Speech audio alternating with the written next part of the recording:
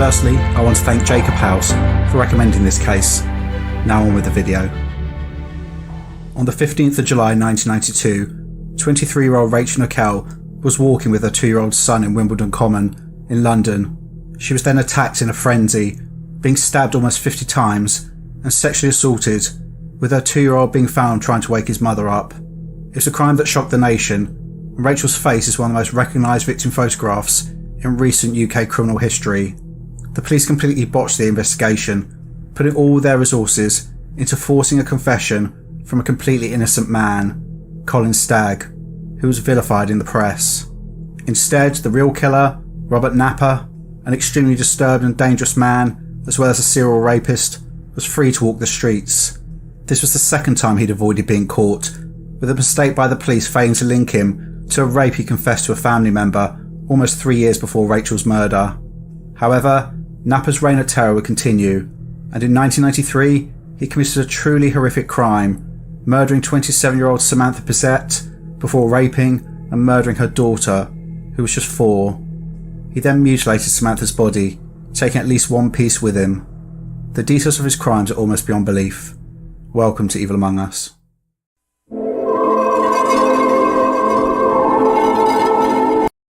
Robert Clive Napper was born on the 25th of February 1966 in London and grew up in Plumstead, an area in the southeast of the city. Napper's childhood was horrific and began with him being exposed to frequent violence between his father Brian and his mother Pauline. Also witnessing this abuse was Napper's younger brothers and their sister. Brian would eventually leave the family home, abandoning the family when Napper was around 9 years old.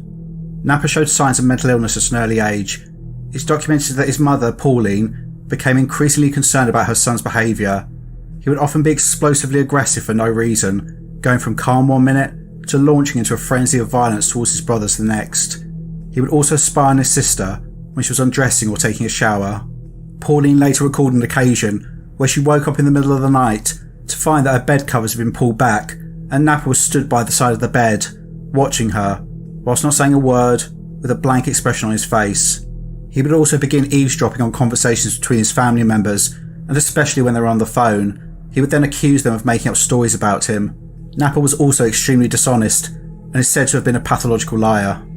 Napper and his siblings were taken into foster care when he was around 10 years old. I'm unsure why this occurred, but I imagine it had something to do with the abuse in the home, which was likely far worse than I've briefly summarised, but I have no further information. Napper was assessed by the Mental Health Service, and found to have been much more greatly affected than his siblings by the abuse. And, whilst all 4 children had psychiatric treatment, this was more intensive and went on for longer for Napper. Napper was isolated and lonely in school, and children avoided him because of his odd behaviour and strange mannerisms, and it got to the point where he was, quote, despised. One of his former classmates later stated, quote, "No one wanted to sit next to him in class. He didn't have any friends. He was teased a lot about his spots. In a game of football once, when he headed the ball, the game stopped because no other boy would go near the ball after it touched his forehead." Napper's already concerning personality and demeanour became even worse when he himself was the victim of a sickening sexual attack. This happened when he was 12 years old on a family holiday, with him being raped by a male family friend. This man was later sent to prison for this attack. After this, Napper turned in on himself. He became introverted, obsessively tidy and reclusive. His concerning behaviour towards his siblings increased in frequency. Napper left school aged 16 with some qualifications, but drifted from job to job. He was a man who didn't like to work and struggled to hold down a position. He mainly undertook manual labour jobs, including working in a warehouse. He continued to live in the family home until he was 21 years old, when he moved into his own bedsit. His first brush with the law came in August 1986, when Napper was 19 years old, and he was given a conditional discharge and a small fine for having an air rifle in public. However, whilst this was a minor offence, in secret, Napper was stockpiling weapons, including guns, ammunition and knives. Some of his cache of weapons he would bury in local parks and then return to later. He was also planning sex attacks against women and went on extensive reconnaissance of the local area, making detailed notes in an A to Z and a notepad about locations of areas he could hide, isolated paths, surveillance spots, places he could hide weapons, as well as routes to and from potential rape sites. Napper chose an area known as the Green Chain Walk as his hunting ground. The Green Chain Walk is a string of leafy pathways linking large parts of southeast London, including Plumstead, where Napper lived. Robert Napper is believed to have attempted to rape at least 2 teenagers around this area in 1987, and one of the first rapes he almost certainly committed occurred in October 1989, when he disclosed to his mother Pauline that he'd raped a woman somewhere around Plumstead Common. His mother immediately called the police, but because no cases matched the details of the offence that was reported exactly, they did not investigate further. It looks as though they looked specifically for offences that occurred on the Common. What they didn't look at was offences that occurred on the edge of the Common. If they had, they would have seen a recent report about a man having broken into a house which backed onto the Common and raping a 30-year-old woman in front of her 2-year-old son. Between 1991 and 1994, Robert Napper committed between 70 and 100 sexual offences against women and children, and, until he was identified, he was known as the Green Chain Rapist. Napper's attacks were characterised by extreme violence. They were blitz attacks, where he would appear from nowhere and use surprise and sheer force to overpower his victims and subject them to horrifying sexual attacks. In March 1992, he attacked a 17-year-old girl and tried to rape her at knife point, but he was disturbed and ran off.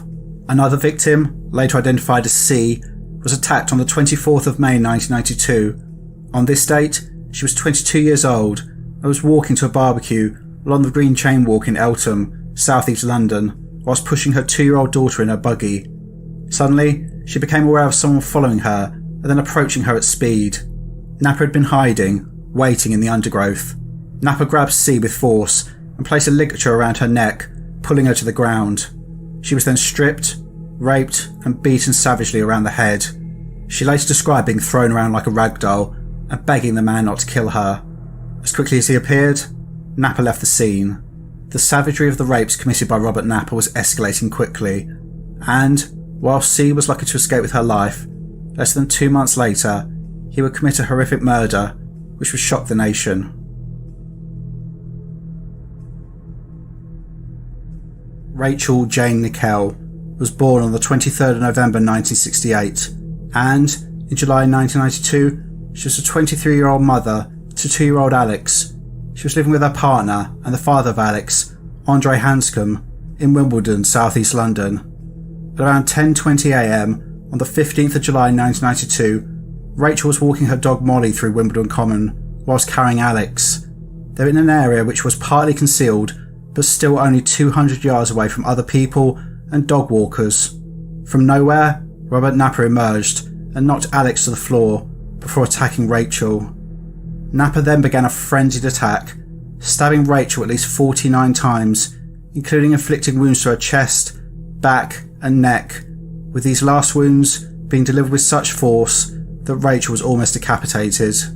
He also slit her throat.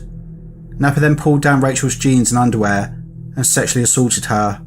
The pathologist later stated it appeared that a finger or other object was inserted into her anus. Her bra had been removed to expose her nipples, and there were knife marks on her t-shirt and bra.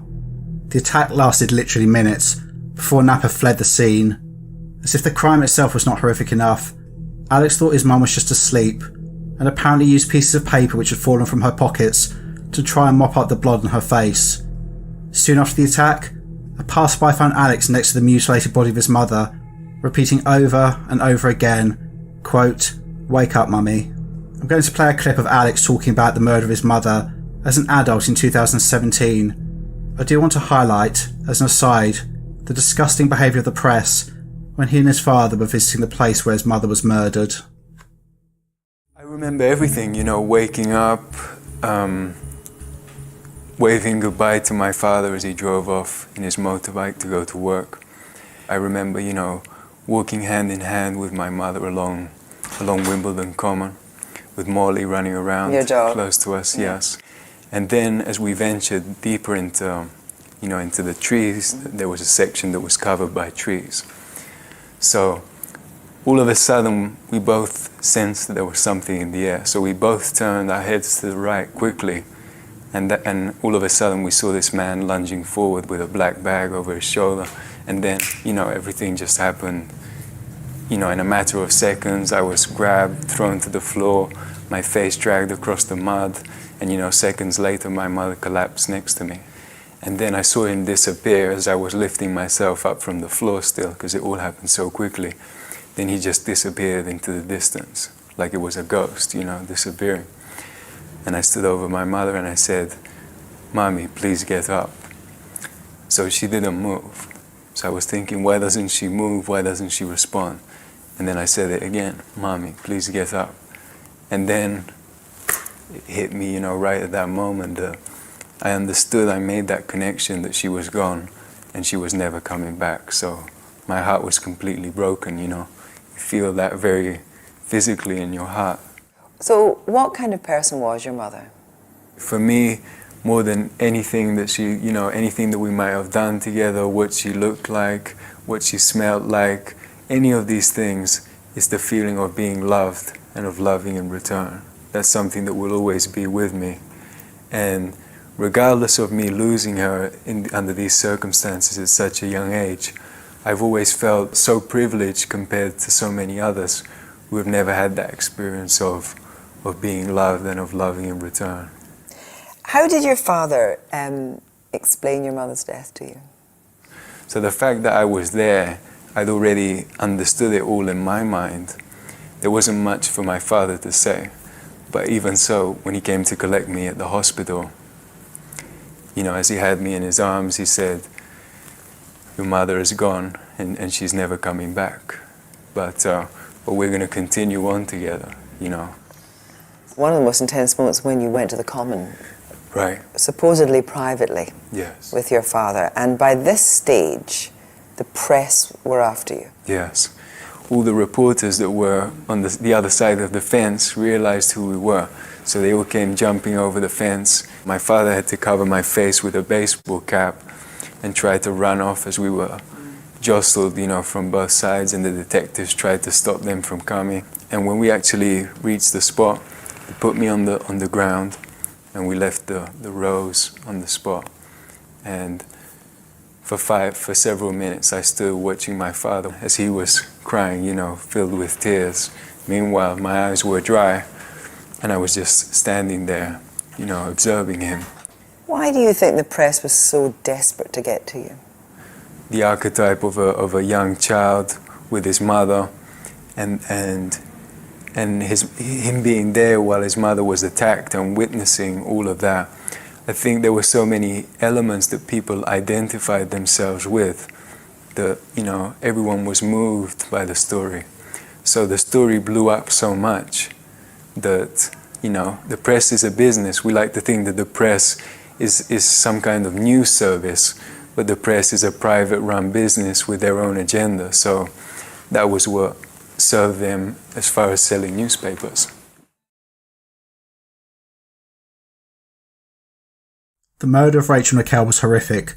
A young mother attacked in a public park, slaughtered in front of her young son. The Metropolitan Police were under a huge amount of pressure to catch the murderer, with the press and the public demanding results, understandably. The police questioned 32 men quickly, and they turned to a criminal profiler for help. This man was Dr. Paul Britton. He was a highly respected psychologist who worked with the police on various high-profile cases, including the crimes of Fred and Rose West. He was asked to come up with a profile of the murder of Rachel McKell, and he deduced that the man, quote, would be a sexually repressed loner who lived on his own close to the scene of the crime. He'd be in his 20s or 30s with an interest in the occult and in knives. Quickly, the focus turned to a man called Colin Stagg, who was 29 years old and lived a short distance from the Common, where he would come most days to walk his dog. He was in the park at the time when Rachel McKell was murdered. Colin was unemployed, a loner, and appeared to have significant social difficulties. He also identified himself as a pagan. Police received information that Colin had corresponded with a woman through a Lonely Heart ad in which he'd shared graphic sexual fantasies. One person apparently also said that Colin was the man in the e-fit the police had produced of someone seen running away from the scene. Colin was somewhat odd, but he wasn't known to the police. However, they became convinced that he was their man, and they spent considerable resources and employed underhanded tactics to get him to confess. Dr. Britton was consulted, and he suggested that if a woman were to befriend Colin and feign interest in violent sexual fantasies, he might end up admitting to the murder of Rachel McKell. To be clear, there was no actual physical evidence tying Colin to the murder. So, the police launched Operation Esdal with the specific focus of getting Colin Stagg to confess to the murder. This involved an undercover female police officer using the alias Lizzie James, befriending Colin in the way that Dr. Britton suggested. Lizzie spent 5 months communicating with Colin via letter, phone calls and in person, but he didn't disclose anything. Dr. Britton indicated that she needed to express her sexual interest in violence in order for him to reciprocate. So Lizzie told Colin about the best sex she'd ever had, being when she was engaged in a satanic ritual where a human sacrifice had been made. Rather than being turned on by this, Colin was disgusted. Lizzie covertly recorded a conversation between her and Colin, in which she told him about her love of hurting people. Colin was heard to say, quote, "Please explain, as I live a quiet life. If I've disappointed you, please don't dump me. Nothing like this has happened to me before." Lizzie went on and said, quote, "If only you had done the Wimbledon Common murder, if only you had killed her, it would all be alright." And Colin responded, quote, "I'm terribly sorry, but I haven't." Despite absolutely no evidence of his guilt, Dr. Britton apparently told the police that the correspondence with Colin confirmed to him that he was indeed the killer, and he was arrested on August 17th, 1993, and charged with Rachel's murder. He was then remanded into prison to await his day in court. After spending 13 months behind bars, Colin Stagg appeared at the Old Bailey for trial in September 1994. The trial collapsed almost immediately when it became clear there was no evidence against Colin, and the police had basically manipulated a lonely man who had made no real admissions of anything. The judge said the tactics of the police were, quote, "deceptive conduct of the grossest kind." Colin was released, but he was vilified in the press.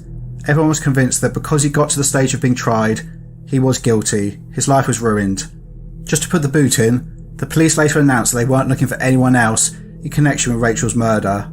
So basically they were saying, yeah, we may have fucked up, but he is the murderer.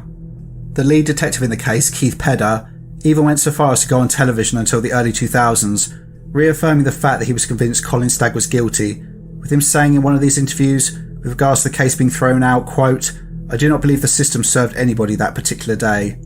It was not until Robert Napper was finally revealed as the killer in 2008, 15 years after his ordeal began, that Colin Stagg was vindicated by the courts and the press, but his life by this point had been destroyed. In 2008, he was given £706,000 in compensation by the state in damages for the way he'd been treated. That's a lot of money, but does it really make up for so many years of vilification?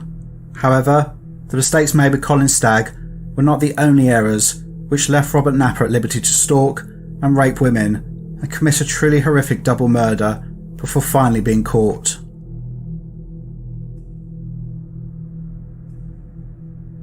In August 1992, so the month after he murdered Rachel McKell, one of Napper's neighbours called the police and said that he believed that Robert Napper looked like a photo fit of the green chain rapist the police had circulated. Detectives went to Napper's house, questioned him, and asked him to come and give a blood sample at the police station. He didn't turn up. Nothing was done about this. A month later, a separate person called the police and said exactly the same thing. The police again told Robert Napper to come to the police station so they could take a blood sample and obtain his DNA. He again failed to turn up. However, the police decided not to pursue this further, as they believed that Robert Napper was not the rapist. Why? Because of description of the rapist's height. The rapist was described as being around 5'7", and the police eliminated anyone over the height of 6 foot from their suspect list. Napper was 6'2". So a few things. Firstly, I don't know about you, but I can barely judge height. I couldn't tell you to the nearest inch how tall someone is, so relying on this particular detail seems crazy to me. Also, no one seems to take into account that Robert Napper walked with a stoop, so generally looks shorter than he would if he stood up straight. Police then received another phone call, and this one they actually acted on. This call was a tip-off that Robert Napper likely had weapons, including a gun in his bedsit. His property was raided on the 27th of October 1992, and police recovered a pistol, 244 rounds of ammunition, 2 hunting knives, a crossbow, and 6 crossbow bolts. They also found maps with markings on the locations of his attacks. A notebook was also found, detailing various attacks and methods of restraining women. There were no names, just vague descriptions, but next to one of these women, he'd written, quote, "sodden filthy bitch." In one of the 80Zs was a fitness card for a young blonde woman. It It was placed in the page corresponding to her home address. It's clear that Napa had stalked her. So you have a man, a loner, with an obsession with weapons, who lives in an area on the Green Chain Walk, with notes indicating that he'd stalked and attacked women. Alarm bells should have been ringing. However, Napa was arrested and sent to court solely on weapons charges. He was assessed by a mental health professional who said that Napa was a dangerous man who posed an immediate threat to the public. Despite this, he was simply jailed for 12 weeks and no further inquiries were made. In April 1993, a gun was found buried on Winds Common, South East London. The weapon was found to have Napa's fingerprints on it, but no action was taken. In July 1993, Robert Napa was spotted acting strangely close to the Green Chain Walk. He was apparently watching women and potentially following them. He was released after having a brief conversation with an officer who wrote in his notebook that Napa, quote, should be considered a possible rapist. It doesn't look like anything was done with this note. I've literally lost track of the number of missed opportunities I've outlined so far. So, as well as murdering Rachel McKell, Napa continued to subject women to horrific sexual attacks, attacking at least one woman a month. However, he wished to kill again. In November 1993, he would kill 2 people, including a child, in the most horrific fashion.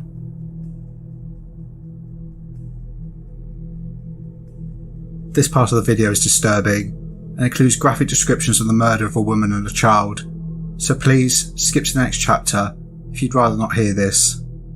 So in 1993, Samantha Bissett was 27 years old and the mother of a 4-year-old daughter called Jasmine, with them living together in a flat in Heathfield Terrace in Chiswick in southwest London.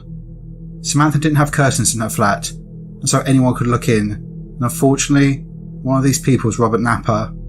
It's clear they'd been watching her for some time, learning her routine, working out the days and times when her boyfriend Conrad would come round. On the morning of the 3rd of November 1993, Robert Napa knocked on the door of Samantha's flat. It seems she opened the door willingly, and as soon as there was an opening, Napa took it. He forced his way in and immediately began a frenzied attack against Samantha in the hallway. She was stabbed around 20 times in the head and the neck, with the blows being delivered with considerable force, including one that cut her spine. With Samantha either dead or dying, Napa went to Jasmine's room, raped her, and then suffocated her. He left her with her toys arranged around her body. Napa then returned to Samantha. He then spent hours mutilating her body. He cut her body open from the chest down to her navel, and then pulled her ribs apart and began stabbing her internal organs before removing them with his hands. He also peeled her skin off in some areas and cut away chunks of flesh, which he left scattered around the room. He also cut open the top of Samantha's right thigh and attempted to remove the right leg at the knee, but could not cut through the bone. Robert Napa cut away a part of Samantha's abdomen and took it away with him as a trophy. He then posed on a cushion before leaving. In total, Samantha had been stabbed more than 70 times. Samantha's boyfriend Conrad let himself into the flat the next day and was confronted with a scene of absolute carnage. He later described what he saw, quote, "The first thing I saw was a stain on the carpet, which turned out to be Sam's blood. I couldn't tell, so I thought Jasmine had knocked paint over. I went into the kitchen to find something to clean it up with and found the floor was covered in Sam's clothes. I thought there had been a burglary. I walked into the front room and saw Sam. It was a pile of clothes and blankets with her arms and legs sticking out. It took me a while to realise what had happened. I was in shock. I went to phone the police and suddenly thought, what about Jasmine? I looked in the bedroom. I could see she was in bed with the duvet pulled over her. I just stood outside and chain smoked until the police arrived. I couldn't really understand it all. I don't know how you're supposed to react to something like that." Whether Conrad ever got over the loss of Samantha, or Jasmine, a child he said he loved as though she was his own, or what he saw that day, is unclear. The police attended, and the horror of the scene caused significant psychological distress to those who were forced to see it. An experienced crime scene photographer had to take 2 years off work because of what he had seen.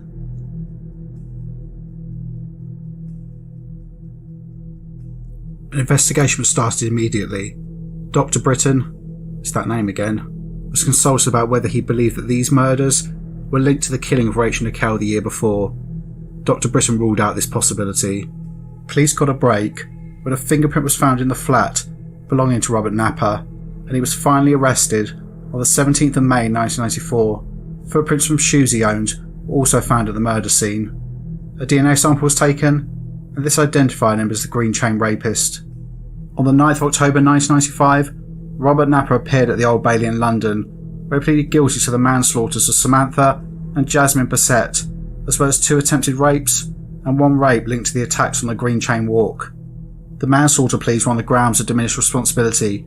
Essentially, Napper committed the double murders, but he should not be held fully criminally liable for doing this because his mental functions were diminished or impaired because of his underlying mental illness.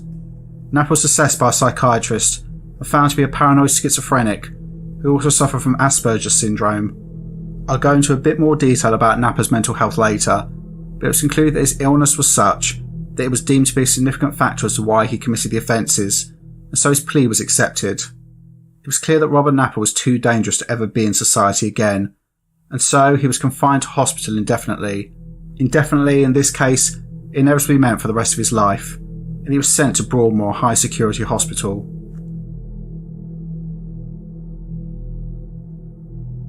In 2001, a new investigative team re-examined the murder of Rachel McKell, and, due to advances in DNA testing, they were able to find DNA on evidence found at the scene, which had been in storage for 9 years.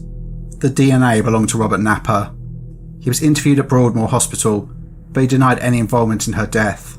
However, this made little difference. All of the pieces of the puzzle, which had been missed for so many years, were all brought together, and, on the 4th of December 2007, Robert Napper, the right man this time, was charged with the murder of Rachel McKell. On the 18th of December 2008, Robert Napper was again at the Old Bailey in London, where, 16 years after her death, he pleaded guilty to the manslaughter of Rachel McKell on the grounds of diminished responsibility. Robert Napper was again assessed and was found to be a man with extremely distorted attitudes and beliefs. He believed he had a master's degree in maths, had won the Nobel Peace Prize, and had been given medals for bravery whilst fighting in Angola, and had millions of pounds stashed away in a secret bank account. He also had beliefs that he was justified in slaughtering and raping women. Doing this contributed to his overall delusions of grandeur, that he was better than everyone else. He was a sexual sadist, meaning the pain of others gave him sexual arousal and gratification. Unfortunately, the police's failure to catch Napper had led him to feel, quote, powerful and almost untouchable, reinforcing his disturbed perception that he was entitled to do these things. The outcome was exactly the same as before. Robert Napper was sent back to Broadmoor to continue spending the rest of his life in confinement, but this time, at least Rachel's family knew who had killed her, and that he would never darken the streets again. From what I've read, Napper is despised in Broadmoor, where he remains to this day, now aged 57. He has, for years, bragged about his crimes and demanded recognition for what he sees as his accomplishments.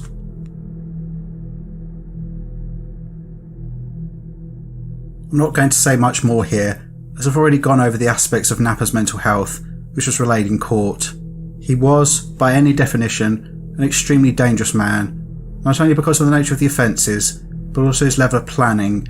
He was meticulous in his preparation for his crimes, attacking women literally within moments of them being in a secluded area of large public parks, because he scouted out these areas days, weeks, months, or even years before the attacks. It's terrifying to think of these women, in fact any man, woman or child, going about their day completely unaware they're being watched by a sick, sadistic predator. Robert Napper's delusions of grandeur enabled him to see his victims as ants, thinks he could control and destroy at will, with him taking sadistic pleasure in watching their pain. He spent a significant amount of time eviscerating and posing Samantha Bassett's body.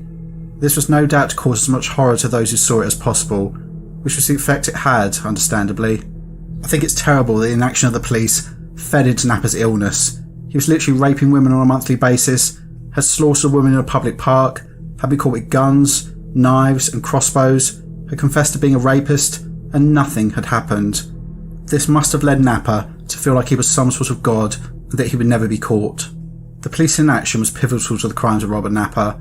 It gave him the confidence to continue and escalate his behaviour. If he hadn't been caught, I've no doubt he would have kept on killing. This was a heavy case, but I think a really interesting one. To be clear, I don't make videos about cases to specifically not professionals, but it does seem like the more serious offenders I look into, the more massive failings I find from those people given the responsibility for protecting us. Anyway, please let me know your thoughts about this case in the comments. If you like what I do here, then please consider becoming a channel member by clicking the join button, which is £2.99 a month, or around $4. You get early access to videos and an icon next to your name. Also, please consider sending a super thanks, which is a one-off payment to support the channel. Please like, share and subscribe. Take care, and I'll see you in the next one.